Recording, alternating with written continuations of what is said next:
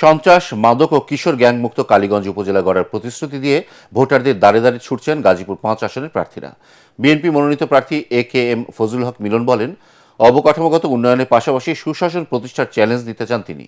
আর জামায়াতের প্রার্থী খায়রুল হাসান বলেন, ব্যালট বিপ্লবে তরুণ ভোটাররা নতুন ইতিহাস সৃষ্টি করবে 12ই ফেব্রুয়ারি। প্রতিনিধি মাজহারুল ইসলাম মাসুমকে সাথে নিয়ে রিপোর্ট করছেন মিজান শাহজাহান। ভূমিকম্প সহনীয় মোস্ট ডিউরেবল দেশের প্রথম Thermex rod Salam steel. Salam steel বোঝে durability. Salam steel, most durable steel. Nuru মিয়ার বয়স 81। 65 সাল থেকে ভোটার তিনি বলেন, ভোটের আগে সবাই বড় বড় আশ্বাস দেয়, নির্বাচিত হওয়ার পর সব ভুলে যায়। তার কাছ খাবার কিছু নেই আমার, তার সাথে চাই ভালো ব্যবহার, সৎ লোক করতে হবে, ভালো ব্যবহার, সন্ত্রাসমুক্ত এলাকার মানুষ যাতে শান্তিতে বাস করতে পারে, সেটি আমাদের পাঠ।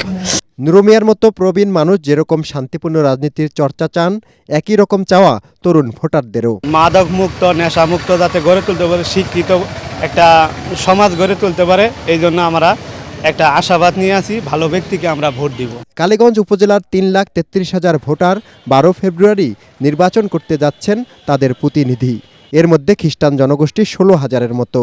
আসনটিতে বিএনপির প্রার্থী সাবেক সংসদ সদস্য ফজলুল হক মিলন বলেন, ধানের শীষের পক্ষে জোয়ার বইছে। সকলের সম্মিলিত প্রচেষ্টা, আন্তরিক চেষ্টা এবং ঐকান্তিক ভারসাম্য নিয়ে মানুষ যে অধীর আগ্রহে বসে আছে, আগামী 12ই ফেব্রুয়ারি সেই নির্বাচনের মাধ্যমে ভোটাধিকার প্রয়োগ করবে।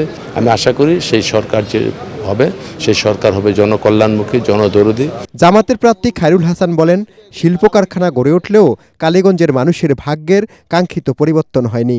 লেভেল প্লেয়িং ফিল্ড, আমরা আশা করছি যে সেটা যদি হয়, স্বতঃস্ফূর্তভাবে জনগণ এবার তাদের পছন্দের ব্যক্তি এবং দলকে বেছে নেবে।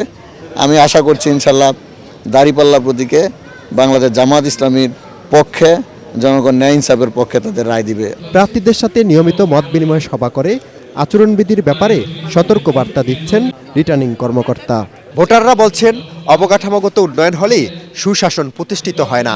এজন্য আগামীতে যিনি সংসদ সদস্য নির্বাচিত হবেন তাকে সুশাসন প্রতিষ্ঠা করতে হবে, কিশোর গ্যাং ও মাদকমুক্ত একটি কালীগঞ্জ গড়ে তুলতে হবে। মিজান শাহজাহান, ATN বাংলা, কালীগঞ্জ, গাজীপুর।